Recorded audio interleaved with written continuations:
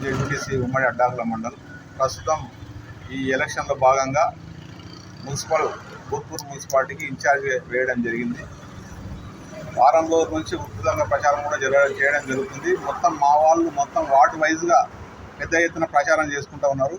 రోజు ఉదయం 3 గంటలు, సాయంత్రం 3 గంటల ప్రచారంలో ఉధృతంగా ప్రతి వార్డు, ప్రతి ఇల్లు తిరుగుకుంటా పోస్టర్లు అంటించుకుంటా ప్రతి కార్యక్రమాన్ని 6 గ్యారెంటీలతో పాటు రైతులకు వచ్చే రుణమాఫీ కూడా 15 ఆగస్టు మా ముఖ్యమంత్రి గారు మొన్ననే కొత్తకోట అందరూ చెప్పిపోయాడు.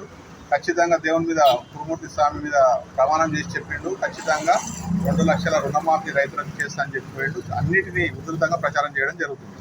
మోడీ చరిష్మా ఈసారి పార్లమెంట్ ఎన్నికల్లో కనబడుతుందా?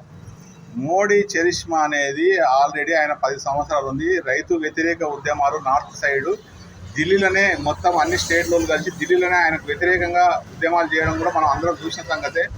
వ్యతిరేకత ఉంది, నార్త్ సైడ్ వ్యతిరేకత ఉంది కాబట్టి సౌత్ మీద పడే ఆలోచనలో వాళ్ళు ఉన్నారు.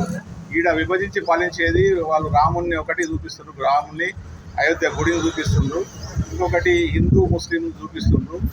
ఈ దేశంలో హిందూ ముస్లిం అనే సమస్య ఎప్పుడు లేదు. ఇది సెక్యులర్ దేశం కాబట్టి ఎప్పుడు కూడా ఒకే దేశం, ఒకే మతం, ఒకే దేశం అనేది ఉంది. అందరికీ ప్రజలంతా ఒకటే అనేది ఉంది. సెక్యులర్ దేశం అయినా కూడా అన్ని కులాలు మతాలు ఉన్నా కూడా ఇది భారతదేశం అంతా ఒకటే అనే ఉద్దేశంతో ఉంది. ఇది స్వతంత్రం వచ్చినప్పటి నుంచి ఈ పరిస్థితి ఉంది. కాంగ్రెస్ ఎక్కువ కాలం పరిపాలించింది. ఆ పరిపాలించిన టైంలో కూడా ఇటువంటి పరిస్థితి ఎప్పుడు లేదు. వీళ్ళు వచ్చిన 10 ఏళ్లకే విభజించి పాలించే ఆలోచనతో ఉన్నారు. హిందువుల మెజార్టీ ఉన్నాం కాబట్టి మాకు మెజార్టీ ఓటు రావాలనే ఉద్దేశంతో వాళ్ళు విభజించి పాలిస్తున్నారు. కులాలను, మతాలను వేరు చేస్తుంది తప్ప వేరే లేదు మన దేశంలో. బీజేపీ, బీఆర్ఎస్ 2 కలిసి కాంగ్రెస్ను బద్నాం చేస్తున్నా అంటున్నారు. దాంట్లో ఎంత మాత్రం నిజం ఉందా? 100% నిజం ఉంది. ఎందుకు అంటే వాళ్ళకు అర్థమైపోయింది, బీఆర్ఎస్లకు అర్థమైపోయింది మేము ఎటు గెలిచే పరిస్థితుల్లో లేము తెలంగాణలో. కాబట్టి మేము గెలవనప్పుడు కాంగ్రెస్ కూడా గెలవద్దనే ఉద్దేశంతో వాళ్ళ నాయకులు కానీ, ఓడిపోయిన నాయకులు కానీ, లేదంటే ప్రజలకు వాళ్ళు ఒకటే చెప్తుండ్రు, మేము గెలవకుండా బీజేపీకి ఓటేయండి అని వాళ్ళ కార్యకర్తలకు చెప్పడం జరుగుతుంది. అది మేము కూడా వింటున్నాం. ఎంత మెజార్టీతో రావచ్చు వంశీచంద్ర రెడ్డి?